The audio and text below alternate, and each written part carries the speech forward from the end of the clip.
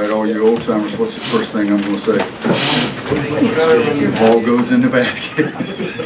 You know, we start out, as you know, 1 for 12, and I was so mad at what we were doing. Garrison was 5 for 6 at halftime, and everybody's getting fat and happy shooting the ball. But I've said all year I think we're good shooters. After that, we make 14 of our next 19. And it is. It's funny that I have to say it all the time, but I really do believe that. Our defense got better when we started shooting the ball in the basket, too. We started forcing a few more turnovers. They turned it over in the first half and gave us a little bit of edge. We tried to turn it over in the second half way too much, but made a bunch of threes there. Garrison, again, 5 for 6, and he only shot 1 time in the second half. But I think his defense was good for us as well. Had to congratulate them. They've only got like 8 guys. They only had 8 guys warm up. It's hard to do that over the course of the game. It's fast-paced. We like to play. They like to play fast without the bodies, and it helped us. No question. It helped us for Robinson and Alexander Walker to get 3 fouls in the first half. That was part of the big run we had at the last part of the first half. But I like 5 guys in double figures. I like 25 assists on 36 baskets. I don't like 10 turnovers in the second half, but I really enjoyed watching the tapes of Buzz's club. And I think he's done a fantastic job with short numbers and not enough size out there. I was worried to death about the game because I think that they're really, really good. And they showed it the first few minutes, and then we went crazy for a while, and that was it after that. What do you feel is closer to the true identity of this team? Games like this in Gonzaga or Louisville? Somewhere in between, but I hope it's a hell of a lot closer to games like this in Gonzaga, where I'm going to have more gray hair, not as many, one of the two. But I really don't know. I'd like to be sitting up here and tell you all these things, but I asked them to compete today as hard as we possibly could. I talked to them about how hard Virginia Tech was going to play, and that's a compliment to them, and told them that we'd better be able to match that and not expect the home crowd to do it. But I do like it when the ball goes in the basket, and I'd like probably all except 2 or 3 shots in the first half. But you know, if you're a shooter, you're going to shoot threes. You know what you're supposed to do? Make some of them. You know, you start 1 for 12, you're going to lose for everybody. And so I think they sped us up a little bit with their activity. We rushed some of those shots early in the first half. But other than that, you know, Kobe's 5 for 11, Luke's 4 for 5. Sears 2 for 3. You know, he hadn't shot it well in a long time, but I really felt good for him about those 2 threes. And he took the ball to the basket. And the last 3 games, he's started feeling a little more comfortable, And his defensive grades the last 2 games have been the best defensive grades he's had all year, so that might be giving him a little confidence too. Roy, after falling behind by 9 early, the freshman accounted for the next 18 points. Is that group starting to kind of shed that freshman label? Well, what are we? 15-4, so it's 19 games. That's quite a few of the opportunities to go and play. You shouldn't still be a freshman.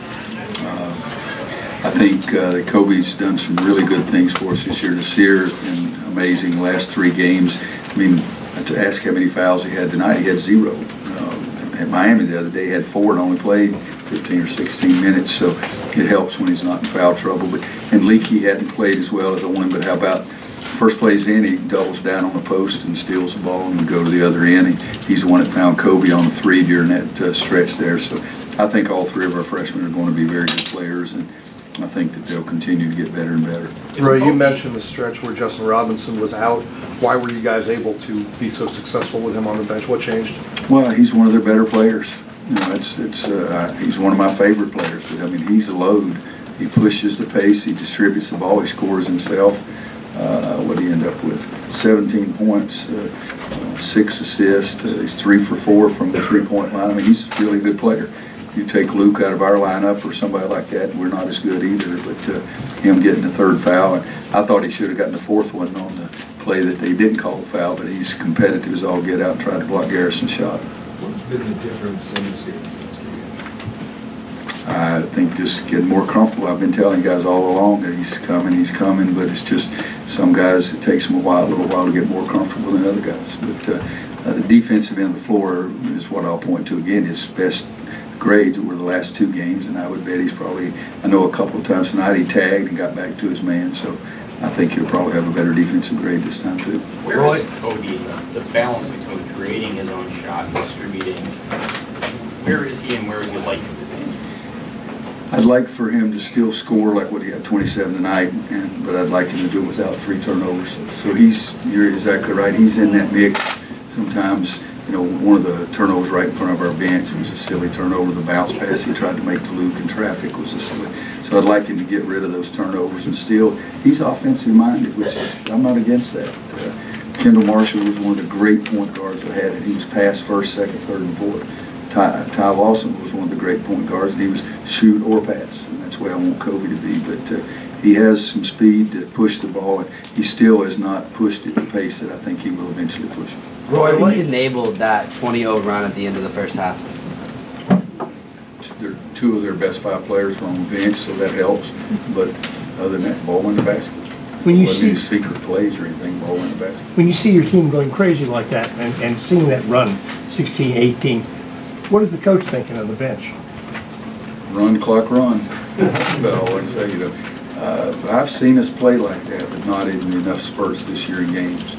We were really good at practice yesterday for a while, and it was a very short practice. But and the same thing before the Miami game, the day before practice, whereas the 2 days before the Louisville game, we stunk it up. So I think they've got to learn that what you do in practice does make a difference later on. Where did you feel your defense did certain things to force a lot of turnovers tonight? I don't know. You know, you always think you're getting better, but against Miami guys, we gave up 5 straight layups in the Miami game.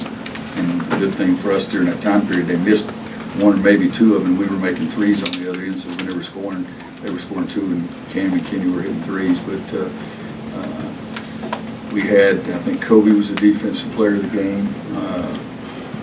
Nasir qualified, could have been. I forget who the other guy was, but in the Louisville game, we didn't have anybody even close to qualifying. But that's been a while ago, but that sticks in my craw because we didn't really play and they kicked our tails. Coach Williams is ready, so one more if there is one. What does it take to Okay. what does it take to sustain the kind of success that you all have? If I knew that, you'd be calling me Bill Belichick.